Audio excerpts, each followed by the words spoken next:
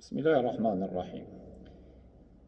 Nga gjërat të cilat tregojnë se Zoti e don një rob, është nëse robi angazhohet në punë të mira dhe në punë të hajrit.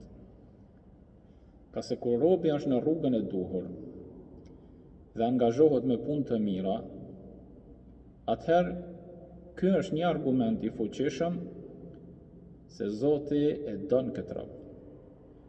Nga se ja ka lehtësu punë të mira, ja ka lehtësu angazhimin në punë të cilat i do Zoti Gjelle Gjelaluhu dhe i do pejgamberi i tij alayhi salatu wassalam.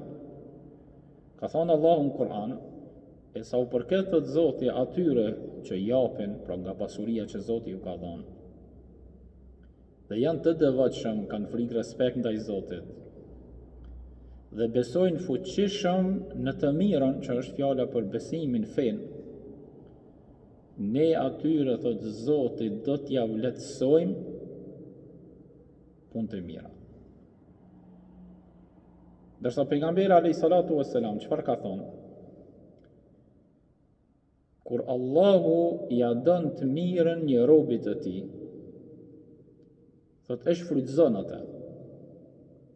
Pranishmi thanë, o i dërguari i Zotit, si e shfrytëzon Zoti këtë rob?